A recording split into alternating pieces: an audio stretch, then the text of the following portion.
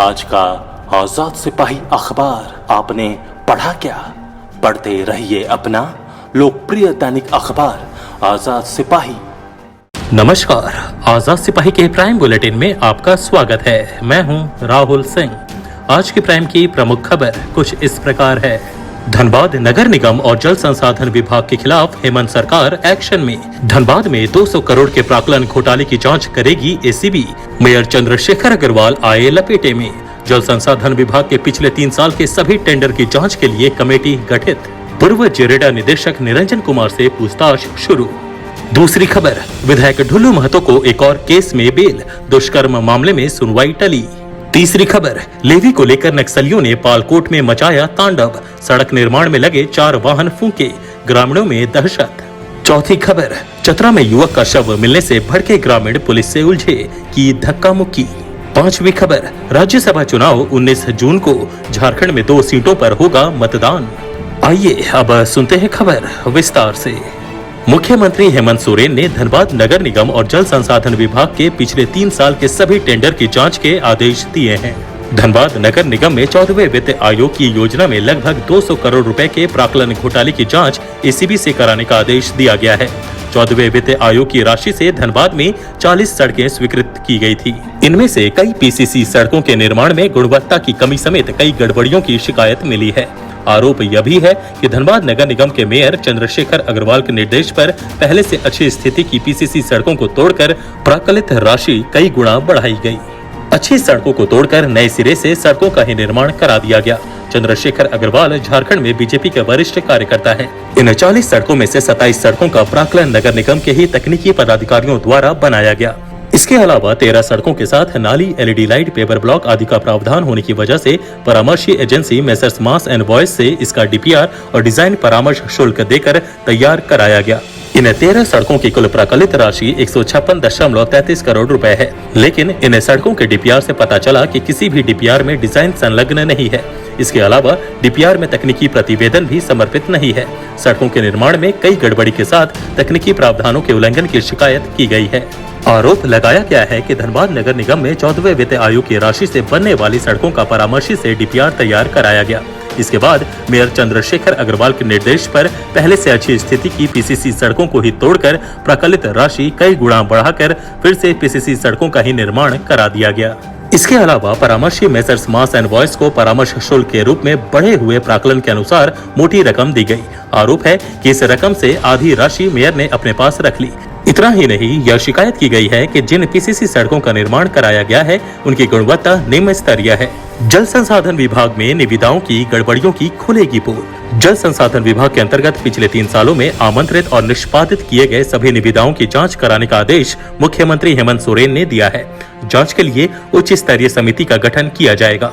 इस समिति को जांच कर 30 जून तक प्रतिवेदन समर्पित करने का निर्देश दिया गया है। इस उच्च स्तरीय समिति का गठन पथ निर्माण विभाग में गठित उच्च स्तरीय समिति के अनुरूप किया जाना है, जिसके अध्यक्ष विकास आयुक्त होंगे। उच्च स्तरीय समिति विभाग में प्रचलित अनुसूचित दरों तथा उसके निर्धारण के प्रक्रिया की समीक्षा करेगी। इसमें अगर किसी तरह की विसंगति पाई जाती है तो उसकी जांच होगी। इसके अलावा निर्धारित अनुसूचित दरों के आधार पर निष्पादित निविदाओं के सैंपल की जांच भी होगी। इसके लिए उच्च स्तरीय समिति एक तकनीकी समिति का गठन भी कर सकती है। पूर्व जेरेडा निदेशक निरंजन कुमार से पूछताछ। 170 करोड़ रुपए के घोटाले के मामले में एसीबी ने अपनी जांच तेज कर दी है। इस मामले में जेरेडा के पूर्व निदेशक निरंजन कुमार से एसीबी ने सोमवार को पूछताछ की। एसीबी के डीजी नीरज सिन्हा ने इसकी पुष्टि करते हुए कहा कि निरंजन कुमार से पूछताछ जारी है। उनसे पूछताछ के दौरान कई अहम जानकारी मिली है। बता दें कि निरंजन कुमार को एसीबी ने पूछताछ के लिए पहले ही बुलाया था। एसीबी ने इससे पहले 29 मई को जेरेडा कार्यालय में छापेमारी की थी। इसके अलावा निरंजन कुमार के कई अन्य ठिकानों को भी खंगाला था। इस दौरान एसीबी टीम ने कई अहम कागजात जब्त किए थे। सीएम के आदेश के बाद 28 मई को एसीबी ने प्रारंभिक जांच शुरू की है। 2 सप्ताह में जांच रिपोर्ट सौंपी जानी है। इसके बाद आगे की कार्रवाई होगी। बताते चले कि निरंजन कुमार पर अवैध रूप से वेतन निकासी, सरकार के विभिन्न खातों से लगभग 170 करोड़ का भुगतान करने, कंपनी विशेष को फर्जी तरीके से लाभ पहुंचाने और सपरिवार विदेश भ्रमण के आरोप हैं। बता दें कि निरंजन कुमार के खिलाफ पूर्व में एसीबी ने जांच की अनुमति सरकार से मांगी थी, लेकिन रघुवर सरकार ने जांच की अनुमति नहीं दी थी। अब नजर डालते हैं आज की दूसरी प्रमुख खबर पर। डोमन महतो जानलेवा हमला केस में भाजपा विधायक ढुल्लू महतो को कोर्ट से राहत मिली है। जिला एवं सत्र न्यायाधीश धनबाद राजीव कुमार सिन्हा की अदालत ने महतो को जमानत दे दी है। हालांकि अदालत के इस फैसले के बाद भी विधायक अभी जेल में ही रहेंगे। उन्हें दुष्कर्म मामले में जमानत नहीं मिली है। सोमवार को दुष्कर्म मामले की सुनवाई आगे के लिए टाल दी गई। विधायक की तरफ से पैरवी करते हुए अधिवक्ता SN मुखर्जी, राधेश्याम गोस्वामी और NK सविता ने दलील पेश की। बता दें कि विधायक 11 मई से न्यायिक हिरासत में जेल में बंद है। वहीं महिला नेत्री के साथ दुराचार के मामले में सोमवार को विधायक की जमानत अर्जी पर सुनवाई टल गई। कांड के अनुसंधानकर्ता ने कांड दैनिकी समर्पित करते हुए आवेदन देकर समय की प्रार्थना की, जिस पर अदालत ने अगली तारीख निर्धारित कर दी। अब नजर डालते हैं आज की तीसरी प्रमुख खबर पर। गुमला जिले के पालकोट प्रखंड के बिलिंग बीरा पंचायत के लोवा खमन गांव में बीती रात्रि 10 बजे नक्सलियों ने सड़क निर्माण में लगे 4 वाहनों को आग के हवाले कर दिया। जानकारी के अनुसार रायडी सीमान के धनगरी लुका गांव से गोविंदधारा गांव तक सड़क निर्माण चल रहा था। रविवार की रात सभी गाड़ी को खड़ा कर मजदूर सो रहे थे। तभी बड़ी संख्या में नक्सलियों ने वहां पहुंचकर गांव के आसपास के ट्रैक्टर को ले जाने की फरमान देते हुए कंपनी के खड़े वाहन, grinder machine, JCB, tanker, roller machine को आग के हवाले कर दिया। रात के अंधेरे में वाहन में आग लगने से टायर फटने की आवाज के बाद ग्रामीणों में दहशत फैल गई। सभी मजदूर भाग निकले। बताया जा रहा है कि नक्सलियों ने लेवी के लिए कंस्ट्रक्शन साइट पर उत्पात मचाकर दहशत फैलाया है। अब नजर डालते हैं आज की चौथी प्रमुख खबर पर। चतरा जिले के मयूरहण थाना क्षेत्र के सरगांव गांव में सोमवार को चेक डैम से कुलेश्वर यादव के 19 वर्षीय पुत्र प्रवीण कुमार यादव उर्फ गोलू का शव मिला। ग्रामीणों के अनुसार युवक का शव पानी में गाड़ दिया गया था। शव के ऊपर बड़ा पत्थर रखा हुआ था। उसकी आंख को किसी नुकीली चीज से फोड़ दी गई थी। परिजन इसे हत्या बता रहे हैं। मौके पर पहुंची पुलिस का गांव वालों ने विरोध कर दिया। ग्रामीणों ने जमकर पुलिस के विरुद्ध नारेबाजी की। कुछ लोगों ने पुलिस के साथ धक्का मुक्की भी की। ग्रामीणों ने पुलिस को शव को उठाने से रोक दिया।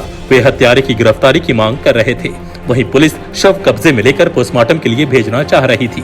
बाद में थाना प्रभारी अवध बिहारी सिंह ने पूरे मामले की जानकारी DSP को दी। अब नजर डालते हैं आज की 5वीं प्रमुख खबर पर। राज्यसभा चुनाव की घोषणा हो गई है। झारखंड की 2 सीटों पर 19 जून को मतदान होंगे। सोमवार को केंद्रीय चुनाव आयोग ने 18 सीटों के लिए 19 जून को मतदान कराए जाने की घोषणा की। इसी दिन नतीजे भी घोषित कर दिए जाएंगे।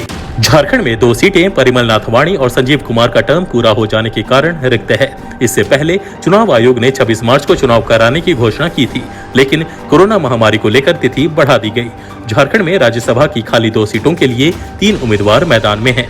इसमें झामुमो से पार्टी सुप्रीमो शिबू सोरेन और कांग्रेस से शहजादा अनवर उम्मीदवार हैं। वहीं भाजपा ने प्रदेश अध्यक्ष दीपक प्रकाश को उम्मीदवार बनाया है। तीनों ही दल चुनाव की घोषणा होते ही रणनीति बनाने में जुट गए हैं। आज के आजाद सिपाही के प्राइम बुलेटिन में बस इतना ही। देश विदेश की तमाम बड़ी खबरों के लिए आप पढ़ते रहिए अपना लोकप्रिय दैनिक अखबार आजाद सिपाही। और हाँ, आप हमारे इस YouTube चैनल को सब्सक्राइब करना ना भूलें। जुड़े रहिए आजाद सिपाही के साथ। धन्यवाद।